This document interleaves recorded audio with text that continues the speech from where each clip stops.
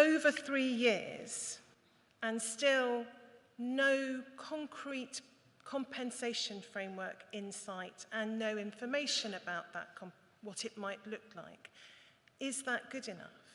I think what I'd say is, of course, people want to see...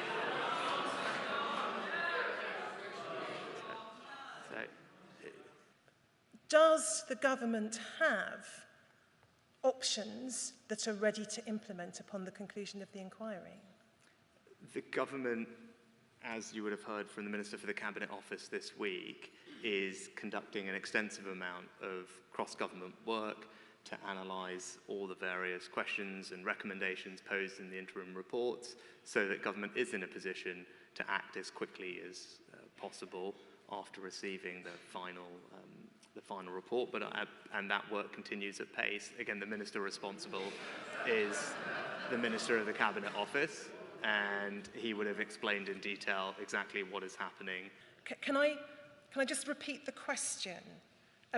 Does the government have options that are ready, and I'm not asking you for detail of what they are because of the parameters of government decision making and so on, does it have options ready to implement upon the conclusion of the inquiry?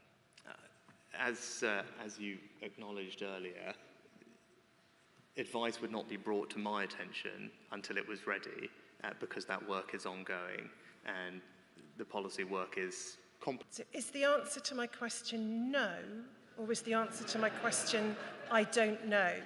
The answer to your question is I would not be in a position to go over the policy detail at this stage, because it would not have been, as is entirely normal, not been surfaced with me, because the policy development is ongoing.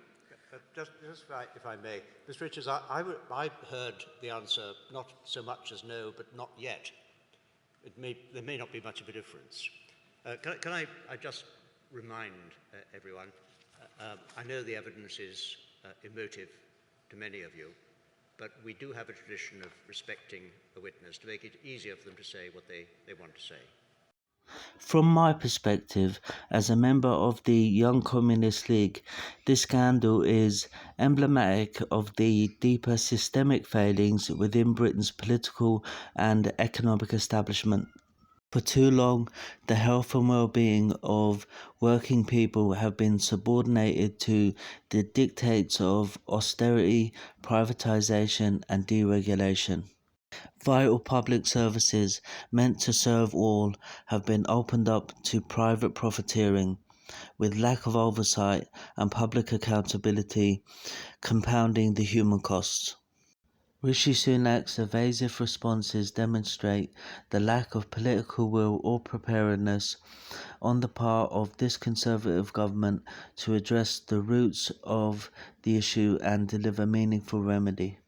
Over 3 years on, leaving meaningful compensation plans undisclosed and options unformulated is simply unacceptable and shows continuing disregard for the thousands harmed. At the same time, attempts to police the tone of frustration rather than its underlying justification are aimed at diffusing pressure for change.